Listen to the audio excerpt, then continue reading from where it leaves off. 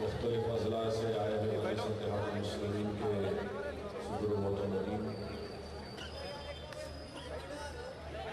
بزرگوں کے نوجوان ساتھیوں، عزیزان ملت اسلامیہ، میں 5 منٹ میں اپنی بات ختم کروں گا اور انشاءاللہ تعالی 15 تاریخ کے دن جب گولکنڈہ میں ایک اور جلسے رحمت العالمین کا انعقاد بلایا جائے گا، انشاءاللہ تعالی اس میں کوشش کروں گا کہ تفصیلی گفتگو وہاں پر ہو سکے۔ میں نہیں چاہتا کہ اتنا لمبا وقت ہمارے بزرگ حضرات بیٹھے ہیں اور ہر ایک کی ضروریات ہیں، اس لیے میں صرف چند باتیں کر اپنی بات کو ختم کر لوں گا۔ سب سے پہلی اور اہم بات یہ ہے جو میں خاص طور سے نوجوانوں سے مخاطب ہوں، وہ یہ ہے کہ اکثر ہم یہ دیکھتے ہیں کہ کل جلوس نکلتا ہے شہر میں، یہ نوجوان جذبات سے مغلوب ہو کر ایسی حرکتیں کر جاتے ہیں جن کا تعلق دین اسلام سے نہیں ہوتا۔ جیسا کہ آج رات میں کئی لوگ مجھے فون پر اطلاع دیے، ان نوجوانوں کی تصاویر بجائے کہ موٹر سائیکل روڈوں پر بھگانا بدتمیزی کے ساتھ، اور جو لوگ چل رہے ہیں راستوں میں ان پر ہرا رنگ پھینکنا، یہ بالکل سراسر غلط ہے اور ہمارا دین اس بات کی اجازت نہیں دیتا کہ ہم اس طرح کی بےہودہ اور بدتمیزی حرکت کریں، اور خاص طور سے یہ کہہ کر کہ ہم جشن میلاد النبی منا رہے ہیں۔ یہ بالکل غلط ہے کہ لوگوں کو تکلیف دینا ہمارا دین اس بات کی اجازت نہیں دیتا، اور کسی پر رنگ پھینکنا یہ سراسر غلط ہے، اس کا بھی دین اسلام سے کوئی تعلق نہیں۔ دوسری بات یہ ہے کہ کل جب جلوس نکلے گا، میں آپ تمام سے گزارش کر رہا ہوں کہ 6 دسمبر کے دن بھی بعض شرپسند عناصر نکلے اور انہوں نے شہر کے ماحول کو خراب کرنے کی پوری کوشش کی۔ یہ اللہ کا بڑا فضل و کرم تھا کہ مجلس اتحاد المسلمین کے اراکین کی چوکس تھے، ان کی چوکسی کی وجہ سے وہ شرپسند عناصر گرفتار ہوئے۔ یہ بے حد ضروری ہے کہ کل جلوس پرامن نکلے، جو راستہ پولیس نے بتایا اس راستے پر جائیں، غیر ضروری کسی ایسی جگہ پر نہ جائیں جہاں پر تنازع پیدا ہو سکتا ہے، اور اسی جلوس کے سلسلے میں کسی کو بھی ضرورت نہیں ہے کہ وہ وہاں پر اپنی انانیت کے مظاہرے کرے، نہ وہ اپنی انانیت کے مظاہرے کرے، نہ زیادہ اپنے آپ کو بڑا دکھانے کی کوشش کرے، کیونکہ یہ جلوس کسی کی شخصیت یا کسی کی انانیت کی تسکین کے لیے جلوس نکالا جا رہا ہے۔ جلوس تو غلاموں کا جلوس ہے۔ ہم اپنے گلے میں رسول اللہ صلی اللہ علیہ وسلم کی غلامی کا توق ڈال کر زمانے کو بتلانے کے لیے نکل رہے ہیں کہ ہم محمد مصطفیٰ صلی اللہ علیہ وسلم کے غلام ہیں۔ بعض حضرات ایسے ہیں جو اپنی لیڈری یا اپنی شخصیت کا اظہار کرنے کے لیے وہاں پر آتے ہیں، تو ہم ان سے ادباً گزارش کرتے ہیں کہ اگر آپ کو اپنی شخصیت کو ابھارنا ہے تو پھر ٹھہر جائیے، 3 مہینے میں الیکشن ہوں گے، مگر جلوس میں اس طرح کے مظاہرے نہیں ہونے چاہیے۔ پرامن طریقے سے جلوس نکلے، اور اگر ظہر کا وقت ہوتا ہے، اذان ہوتا ہے، تو سب کی ذمہ داری ہے کہ وہ اس کو جلوس کو چھوڑے، ادا کرے، اور کسی بھی کے خلاف ایسے بےہودہ قسم کے نعرے بھی نہ لگائے۔ اور میں آپ کے سامنے یہ بات جو کر رہا ہوں اس لیے کر رہا ہوں کہ جامعہ نظامیہ کی طرف سے فتویٰ دیا گیا، اور جامعہ نظامیہ کا فتویٰ علماء کرام نے دیا، اور اس فتوے کی تشہیر کی گئی ہے شہر حیدرآباد میں۔ اور میں مبارکباد دوں ان حضرات نے اس فتوے کو چورستوں پر اہم جگہوں پر اس کو نصب کیا جس میں صاف طور پر ہمارے معزز علماء کرام نے لکھا اور فتویٰ دیا، جس میں جہاں پر انہوں نے کہا کہ یقیناً میلاد رسول اللہ صلی اللہ علیہ وسلم کی ولادت باسعادت یقیناً آپ منائیے اور یہ خوشی کا موقع ہے اور بطور شکرانہ روزہ بھی رکھیے،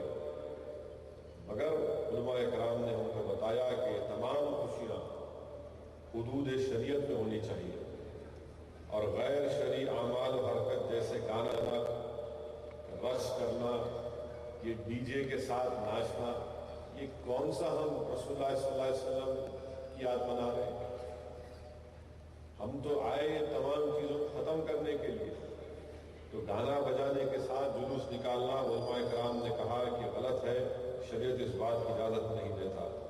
اور گانوں کی دھن میں نعت لگانا یہ قطعاً اس کی اجازت نہیں دیتی، بلند آواز سے ریکارڈ لگانا جس سے دوسروں کو تکلیف ہوتی یہ منع ہے۔ اور پھر علماء کرام نے یہ بھی لکھا کہ جھنڈیاں لگانا جس میں کلمہ طیبہ تحریر ہو وہ کہ جائز ہے، مگر اس کی بے ادبی کے احتمالات کو ملحوظ رکھتے ہوئے اس کی حفاظت کا اہتمام ضروری ہے۔ اور پھر سب سے اہم بات جو علماء کرام نے لکھی کہ کعبہ شریف اور گنبد خضرا کا ماڈل بنانا، راستوں میں رکھنا احترام کے خلاف ہے۔ آپ اندازہ لگائیے کہ سب گنبد کے مکی کا گنبد خضرا بنا، میرے بھائی یہ کیا ہے؟ رسول اللہ صلی اللہ علیہ وسلم سے محبت، اور پھر کیسا ہم اتنی بڑی بے ادبی کر سکتے ہیں کہ کوئی گنبد خضرا کا ماڈل بنا کر رکھ رہا ہے اور کوئی بازو کر کے فوٹو لے رہا، اس کی کوئی فون سے فوٹو نکال رہا۔ میرے بھائی احترام کرو، وہ ایسی جگہ ہے جو دنیا سے سب سے معتبر جگہ ہے، بلکہ حضرت شاہ ولی اللہ محدث دہلوی نے یہاں تک لکھا کہ جس زمین کے حصے میں اللہ کے رسول صلی اللہ علیہ وسلم آرام فرما رہے وہ اللہ کے عرش سے مبارک جگہ اور اس کے اوپر یہ گنبد خضرا۔ یہ علماء کرام نے لکھا کہ گنبد خضرا بنانا منع ہے، یہ ماڈل بنانا غلط ہے، کعبۃ اللہ شریف کا ماڈل بنانا غلط ہے۔ علماء کرام نے لکھا اور فتویٰ دیا کہ رنگ پھینکنا یہ غلط ہے، اور علماء کرام نے یہ کہا کہ اسلام ایک اعلیٰ اور پاکیزہ مذہب ہے، اس میں خرافات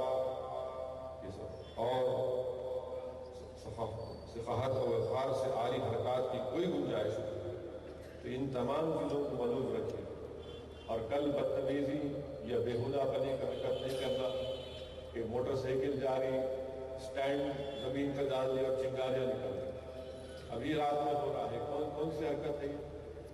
آپ کیا ہیرو بنا کرنا چاہ رہے ہیں؟ کیا کرنا چاہ رہے ہیں؟ وضو سے رہیے، درود شریف پڑھیے، اور کم سے کم اس اپنے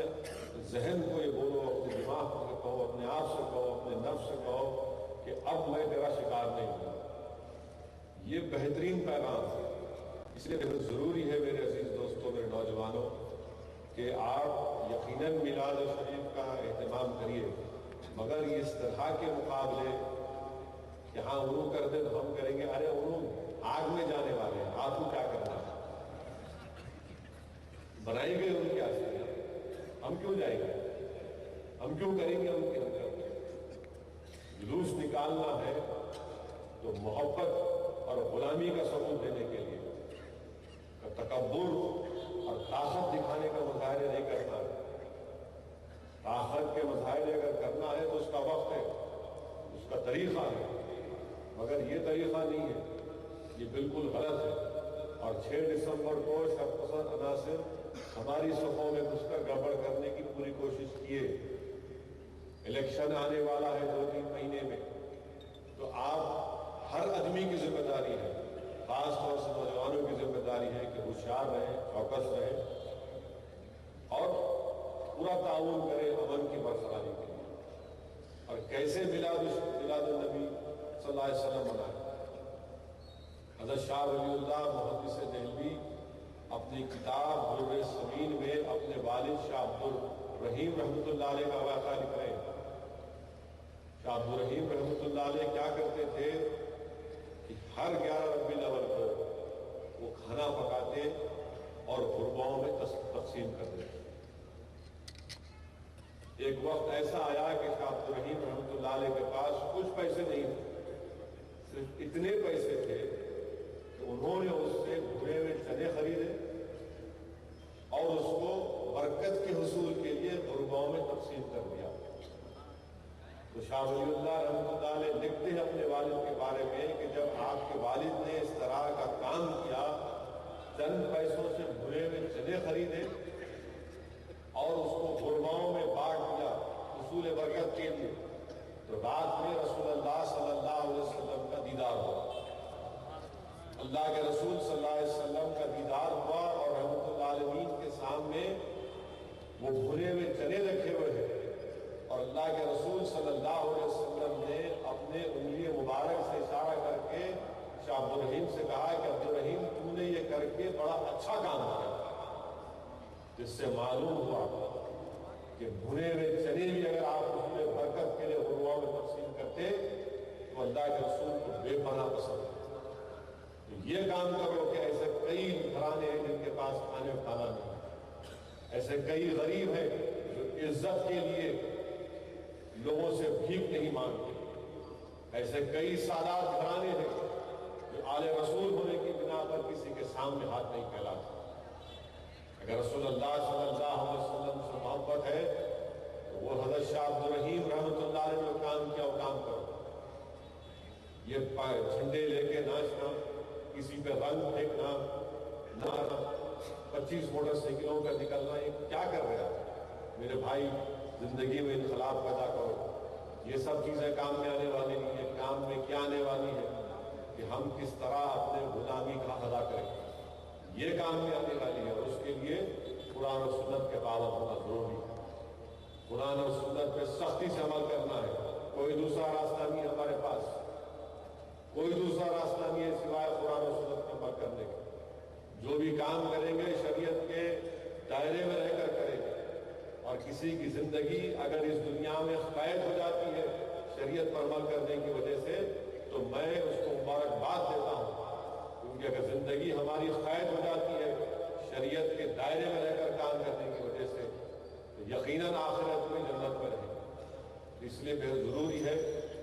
معزز علماء کرام نے اپنی بصیرت افروز کتابات کے ذریعے ہم تمام کو پیغام دیا۔